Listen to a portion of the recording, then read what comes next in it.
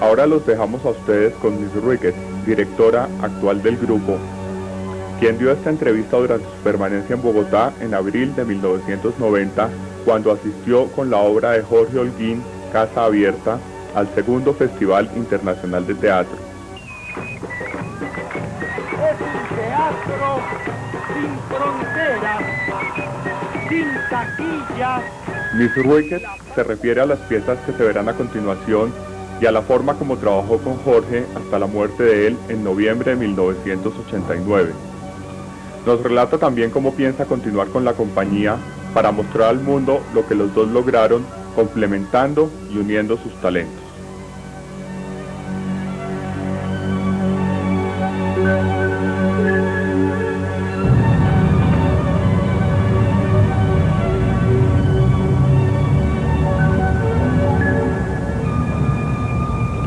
I first met Jorge Holguin about 11 years ago in Vancouver, BC, Canada.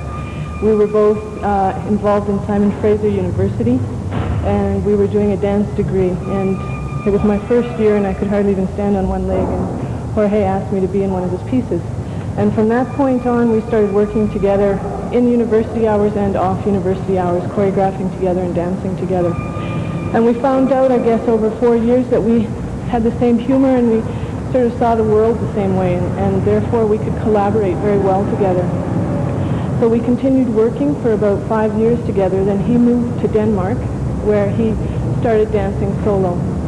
And that's when he called himself Jorge Holguin, as the Danish call him George, they can't pronounce Jorge, Jorge Holguin Danseteater.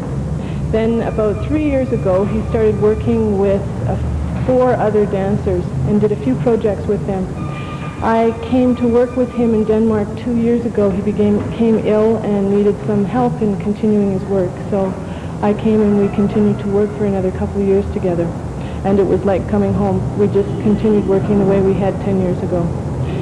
Then Jorge passed away 6 months ago, and I've continued to keep the company running.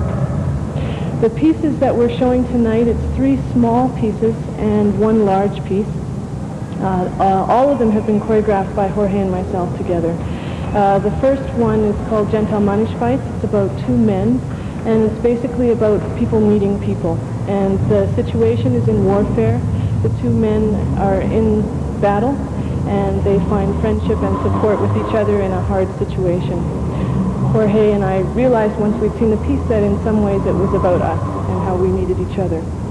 The second piece is Acrylic Lace, and that's a solo that one of the dancers will be performing one night and I'll be performing the other night.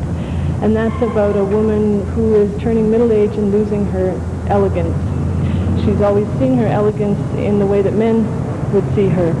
And through the piece she goes through a transformation of finding her own elegance inside, not outside.